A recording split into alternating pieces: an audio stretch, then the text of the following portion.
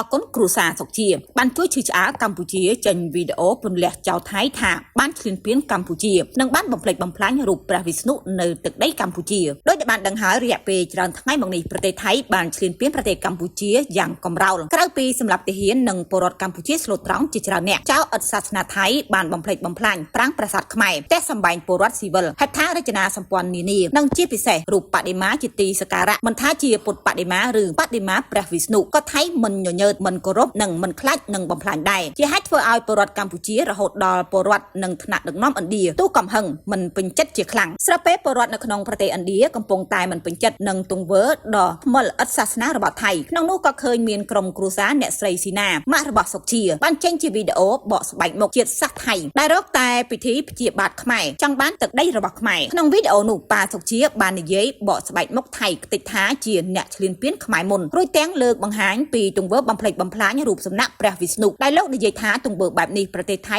នឹងទទួលរងបណ្ដាសាពីព្រះជាមិនខានចា៎សូមអរគុណចា៎ទៅដល់ក្រុមគ្រួសារចា៎របស់សុកជាផងដែរដែលបានជួយឈឺឆ្អាលប្រទេសកម្ពុជាចា៎ដែលបានចេញជាវីដេអូនិងពន្លះចោលថៃថាជាអ្នកឈ្លានពានកម្ពុជាមុននិងបានបំផ្លិចបំផ្លាញរូបព្រះវិស្ណុនៅក្នុងទឹកដីរបស់កម្ពុជាដោយដែលពុកម៉ែបងប្អូនបានដឹងរួចមកហើយចា៎រយៈពេលជាច្រើនថ្ងៃមកនេះចា៎ប្រទេសថៃគឺបានឈ្លានពានប្រទេសកម្ពុជាយើងចា៎យ៉ាងកំរោលក្រៅពីសម្រាប់ទាហាននិងពលរដ្ឋកម្ពុជាស្លូតត្រង់ជាច្រើនអ្នកចៅអធិសាសនាថៃក៏បានបំផ្លិចបំផ្លាញប្រាង្គប្រាសាទខ្មែរនិងផ្ទះសម្បែងពលរដ្ឋស៊ីវិលនិងហេដ្ឋារចនាសម្ព័ន្ធនានាជាពិសេសនោះគឺរូបបដិមាជាទីសក្ការៈមិនថាជាពុទ្ធបដិមាឬក៏បដិមាព្រះវិស្ណុក៏ថៃនឹងមិនញញើតនិងមិនគោរពនិងមិនខ្លាចនឹងបំផ្លាញនោះដែរជាហេតុដែលធ្វើឲ្យពលរដ្ឋកម្ពុជាចារហូតទៅដល់ពលរដ្ឋនិងថ្នាក់ដឹកនាំរបស់ឥណ្ឌាក៏ផ្ទុះកំហឹងចាំមិនពេញចិត្តជាខ្លាំងដូចគ្នាផងដែរស្របពេលដែលពលរដ្ឋនៅក្នុងប្រទេសឥណ្ឌាកំពុងតែមិនពេញចិត្តនៅទង្វើដ៏ថ្មិលឥតសាសនារបស់ថៃនេះនៅក្នុងនោះក៏ឃើញមានក្រុមគ្រួសារចារបស់អ្នកស្រីស៊ីណាដែលត្រូវជាម៉ាក់របស់សុកជាក៏បានចេញជាវីដេអូ